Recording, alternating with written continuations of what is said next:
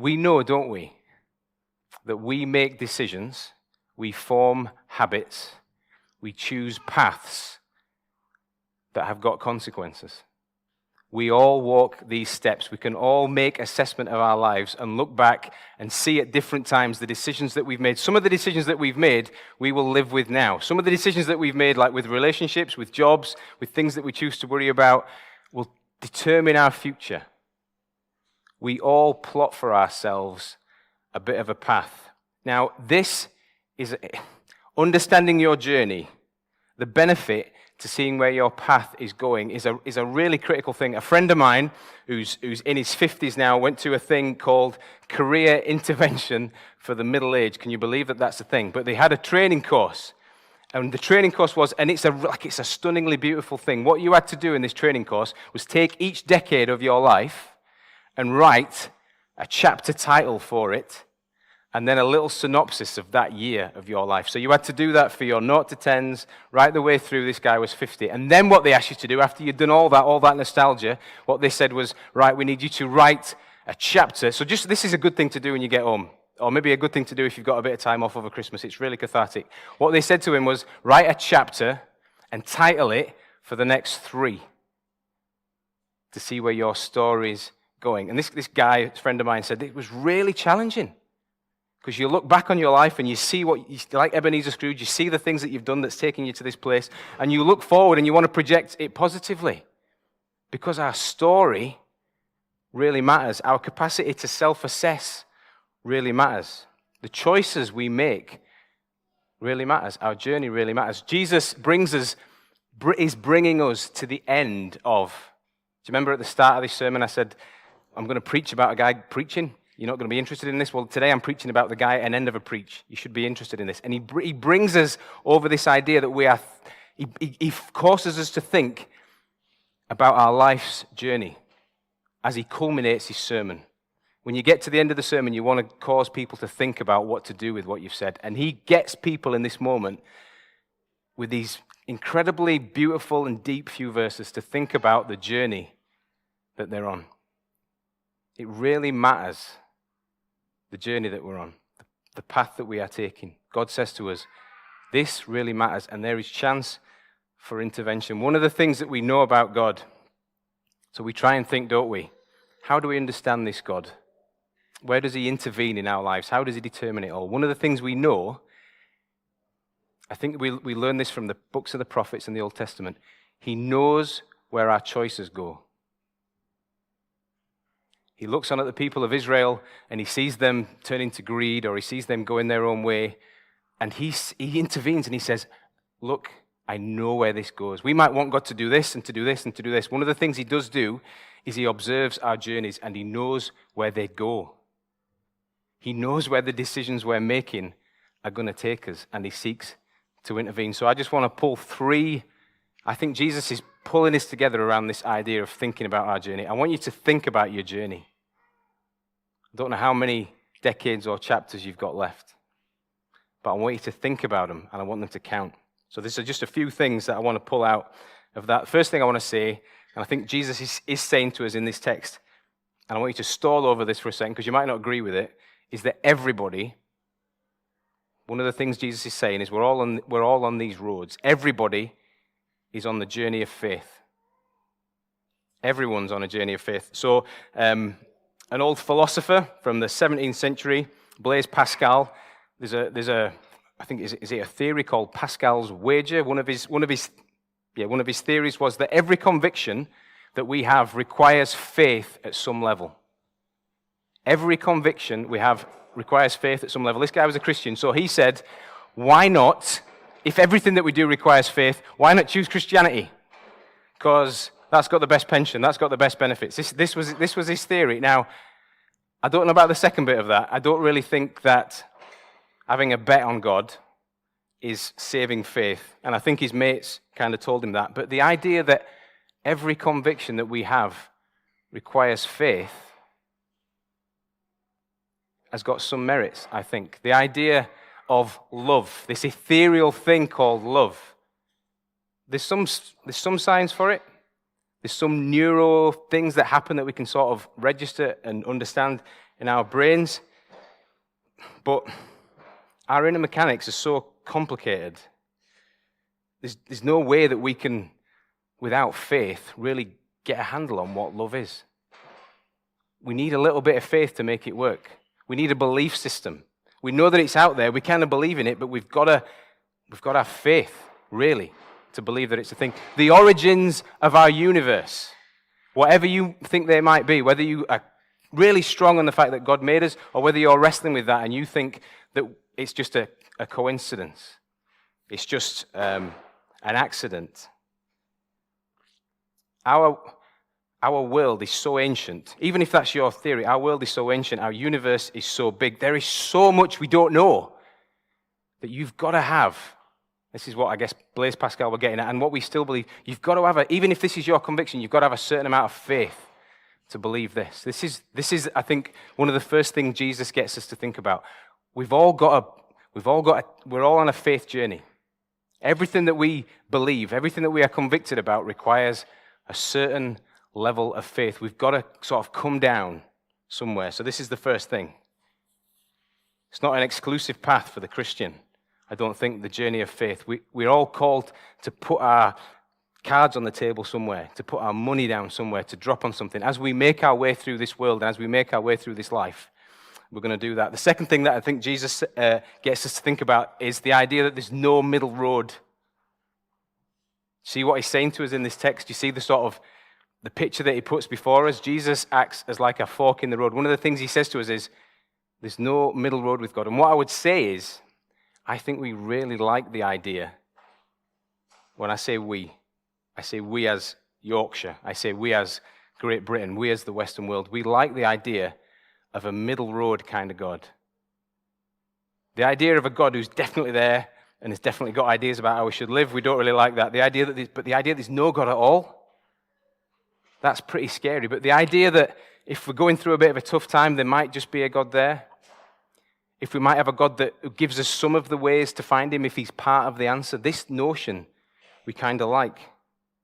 But Jesus says, what does Jesus say? He says it over and over again. I think he says it particularly in John's Gospel, but he says it here as well. He says, and it's really offensive to our contemporary, I think it's really, really offensive to our contemporary ears. He says, there's a fork in the road with this.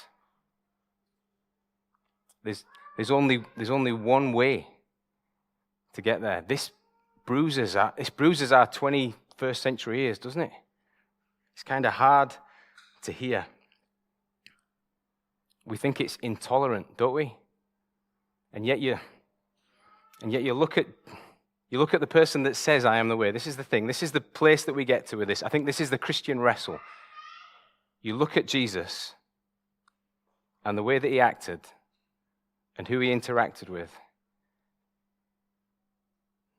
I think he's the least intolerant person around. He's the least exclusive, most inclusive person around. He broke down barriers that nobody else could break down. The story of the Good Samaritan, the way that he brought communities together, the way that he touched the untouchable, the way that he held parties with everybody. Jesus was almost the epitome of inclusion in these times. Yet, at the same time, he forces us to a fork in the road. That's what he does. That's almost, you could say, what he comes to do. He says to us, I'm inclusive, God loves you, God loves everybody, and yet at the same time, this is the way. How can that be? How can there be such a broad level of love and at the same time a definitive way to get there? On the one hand, this is something that could cause us to have like internal wrestles for weeks on end. On the other hand, it's a really simple thing. It's because he knows where our choices go. Do you know when you've got a friend,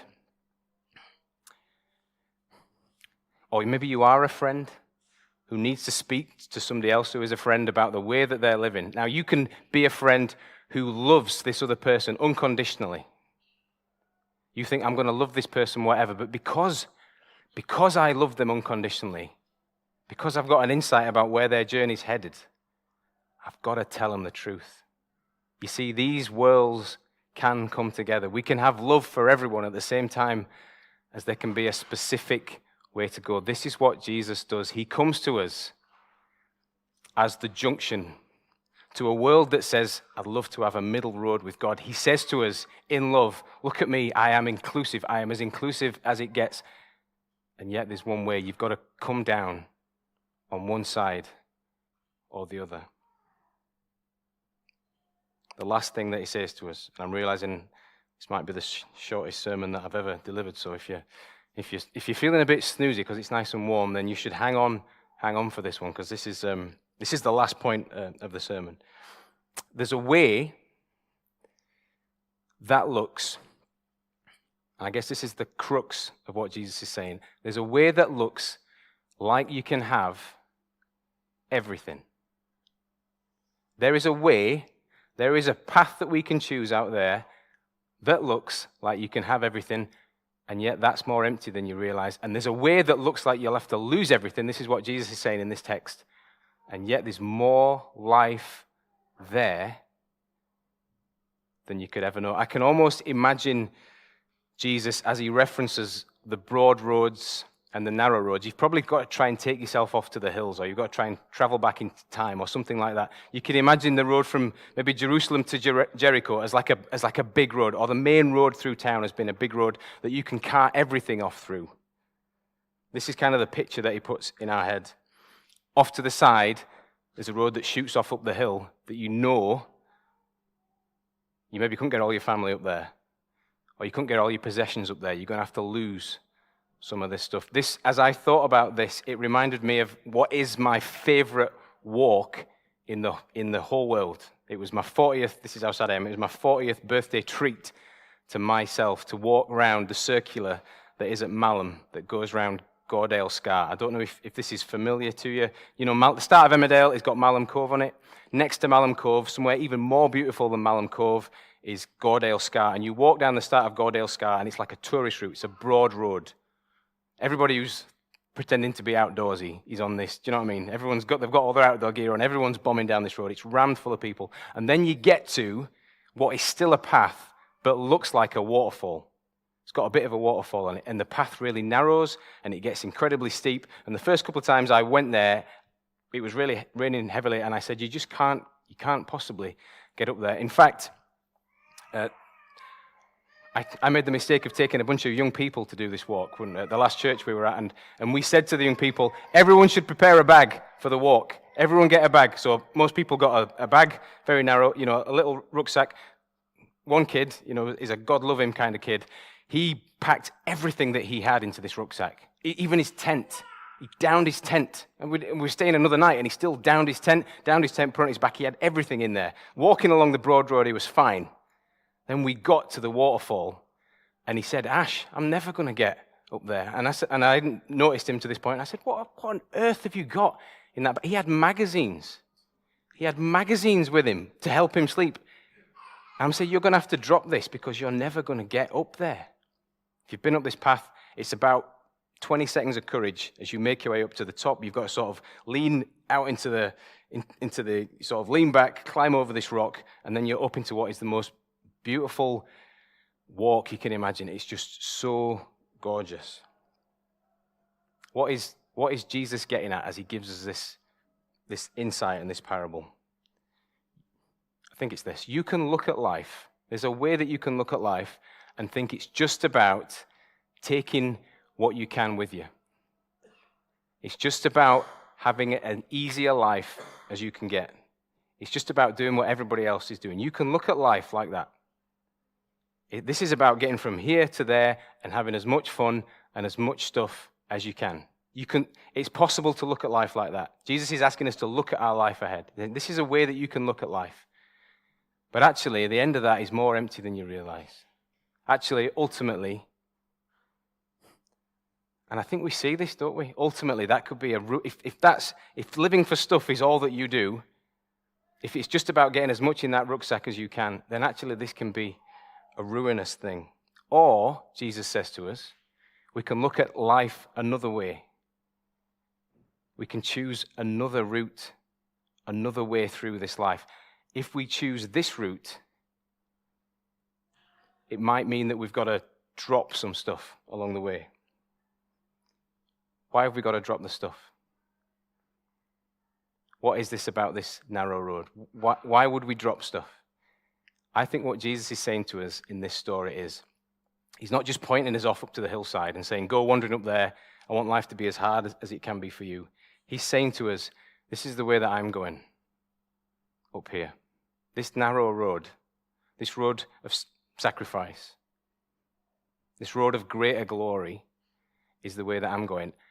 And if you're going to follow me up there, and you dwell on any of the stories of Jesus, you spend 5 minutes looking into him, if you have him as your king, as your person that you go to, you can't keep, you don't even want to keep all of the stuff that you can accumulate in life. This is part of what he's saying. If I'm going this way, you're not going to be able to get up there to the heights that I'm going to take you to. You're not going to be able to keep all of that stuff with you. You're not even going to want to, because you're going to want to travel with me. Why is it a better way? How is it a better way to not go down the broad road and go down the narrow road? Why is this a better way? I think because you realize, this is part of the answer, because you realize what really matters. You know, we talked about a Christmas Carol film at the start, Ebenezer Scrooge, who gets this point at the end of the story where he has this revelation of what it means to really live.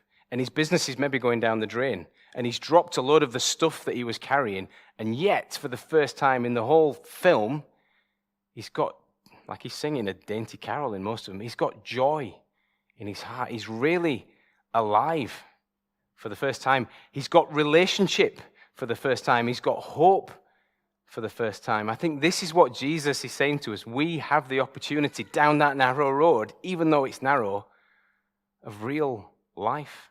Real life. Do you know when I'm trying to think maybe how to explain this, the only other way I could think about it was, I don't know if you've ever had a brush with your mortality, or you've loved somebody who's passed away, and all of the things that have felt important to you in your life, the idea that you might achieve success or power or popularity or whatever, somehow they can become really like insignificant, can't they?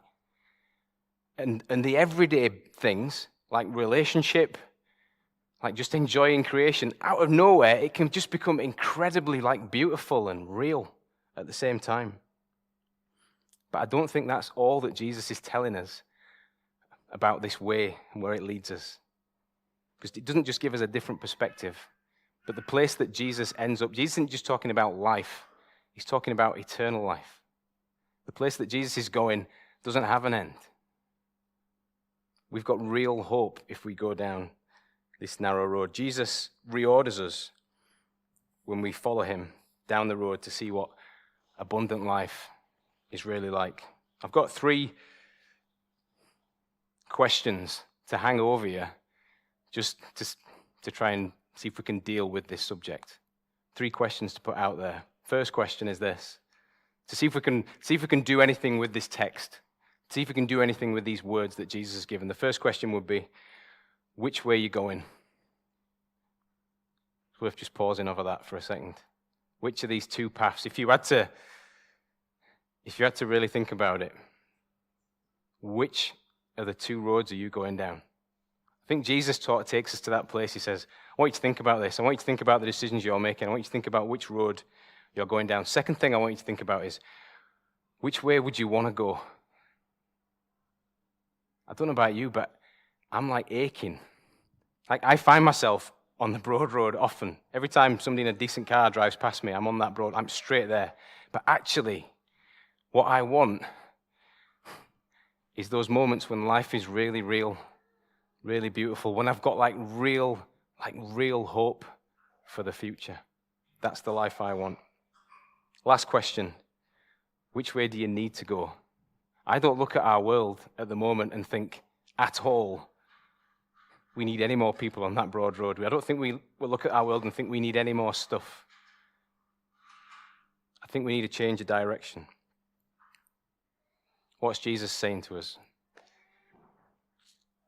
On the route and on the rest of our lives, we've got to come down somewhere on this. We've got to end up on somewhere on this. And the question is, I think that it leaves before us is, where do you think that the most life is?